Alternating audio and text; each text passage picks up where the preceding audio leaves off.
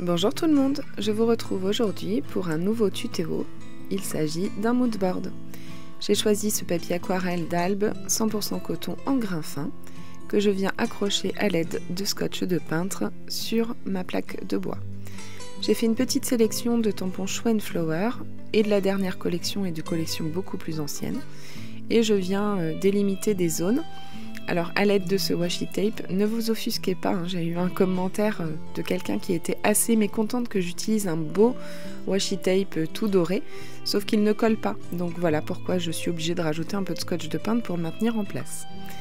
C'est des fonds de placard qui me servent, voilà. Après sinon il finit à la poubelle et je ne peux pas l'utiliser. Je mets mes petites maisonnettes et je vais venir tamponner tous mes éléments à l'aide de la Versafine puisque comme vous l'aurez deviné et que vous l'aurez vu dans la vignette, il s'agit d'une mise en couleur avec les aquarelles.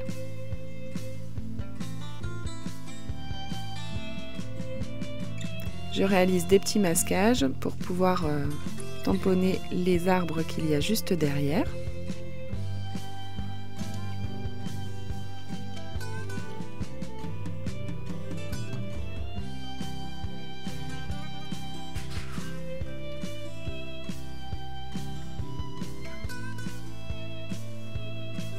Donc je vais me servir de ces tampons arbres, juste pour qu'on laisse deviner un paysage juste derrière les maisons.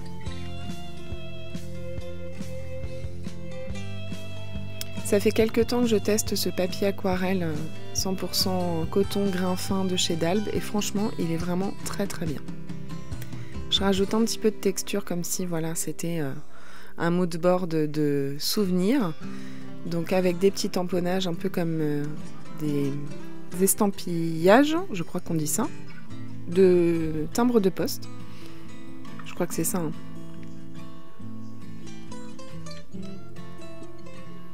Et puis je vais créer différentes petites scénettes dans toutes mes cases.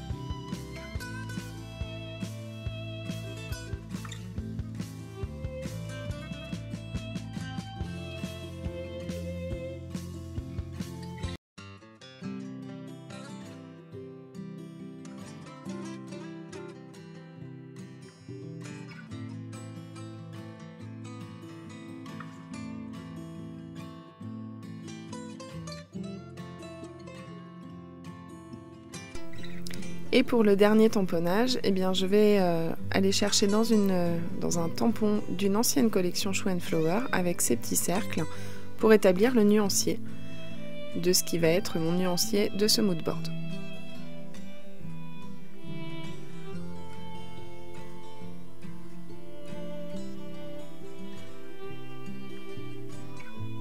Et puis on passe à la mise en couleur avec les aquarelles.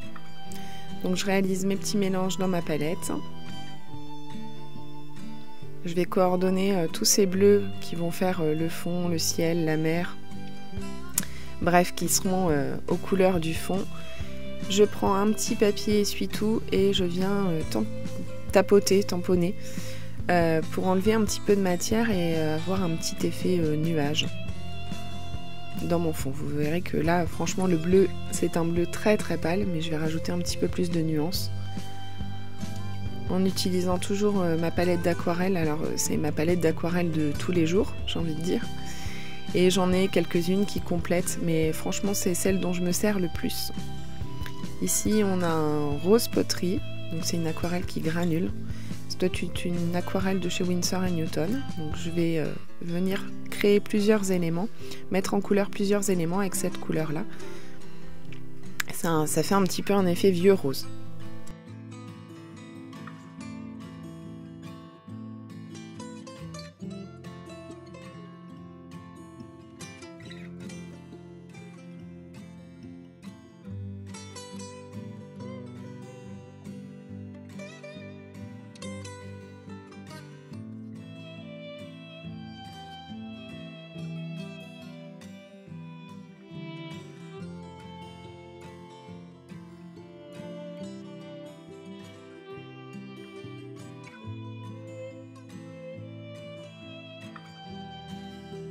Pour la deuxième couleur que j'ai choisie, c'est un ocre mélangé avec un sépia pour désaturer un petit peu cette couleur ocre.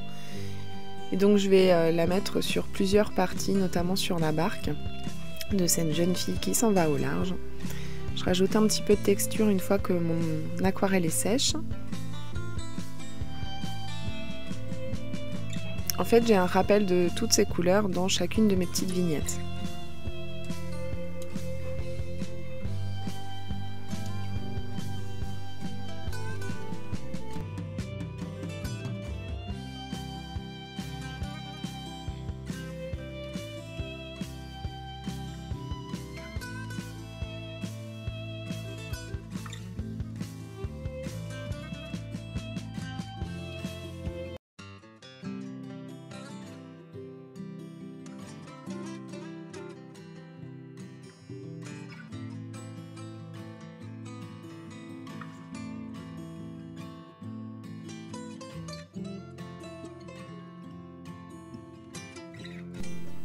Pour le bleu, j'ai choisi un mélange de deux aquarelles qui granulent. On a le bleu toundra avec un mélange de bleu lunaire. Donc le bleu toundra, c'est un Schmincke et le bleu lunaire, c'est un Daniel Smith. Donc je poursuis ma petite colorisation comme ça en faisant attention que tous mes éléments coordonnent bien. Donc là, c'est ce que je vous disais, je mets un petit peu d'ocre avec mon sépia. Le sépia, c'est une couleur aussi de chez Daniel Smith.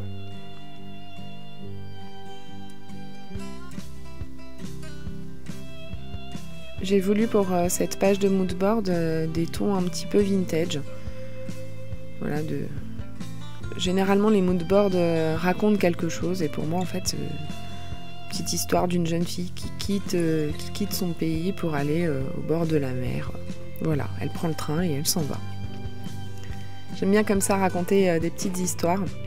Et c'est un moodboard qui ira dans mon petit classeur qui va couvrir tout au long de l'année. Que vous avez vu déjà il y a 15 jours pour le mois de février.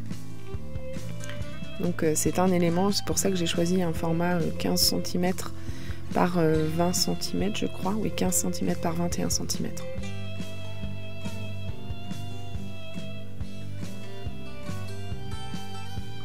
Pour la couleur verte, par contre, j'ai fait là aussi un mélange de toundra vert de chez Schmincke avec une apatite véritable. L'apatite véritable est une couleur qui granule, qui a des grains de marron à l'intérieur. Et quand les pigments se séparent, on voit bien les petits pigments marrons.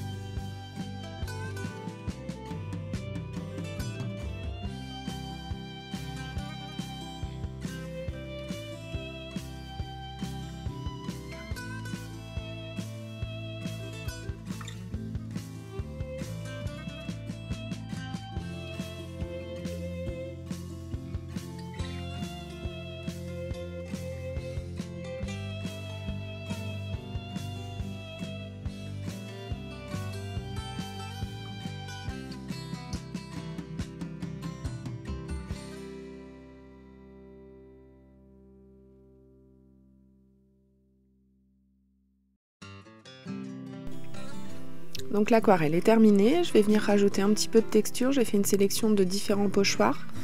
Le premier pochoir avec les effets briques, ça doit être un pochoir qui vient de chez La Fée du Scrap. C'est plutôt un masque qu'un pochoir.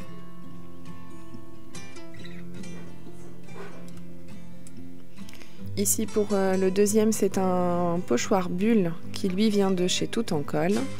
J'ai voulu prendre une Distress Oxide Tumble Glass pour rajouter un petit peu de texture avec ces bulles. Là, c'est aussi un petit effet brique. Toujours pareil, c'était un pochoir de chez Tout en Colle que j'avais eu dans une box.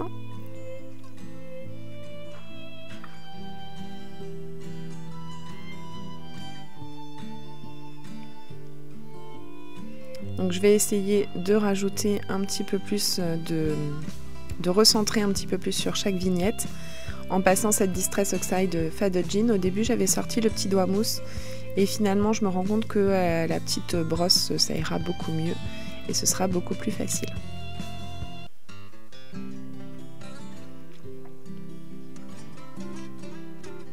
Je sèche au sèche-cheveux, mais surtout je sèche pour enlever mon scotch de masquage pour éviter qu'il n'accroche sur le papier aquarelle. Et je viens faire le tour de toutes mes petites cases à l'aide de mon feutre.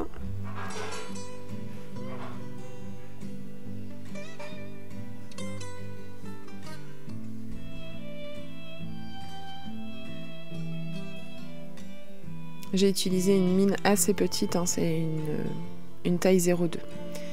Je viens rajouter un petit peu de stylo gel blanc.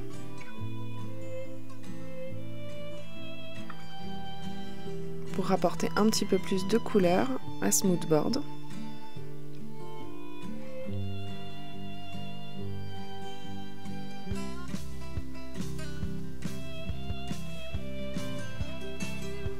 Et puis juste un petit peu de feutre à paillettes, enfin de pinceau à paillettes, mais c'est vraiment juste pour la petite touche de paillettes sur l'horloge. Donc là j'avais pas amorcé mon pinceau et là c'est bon, il est amorcé.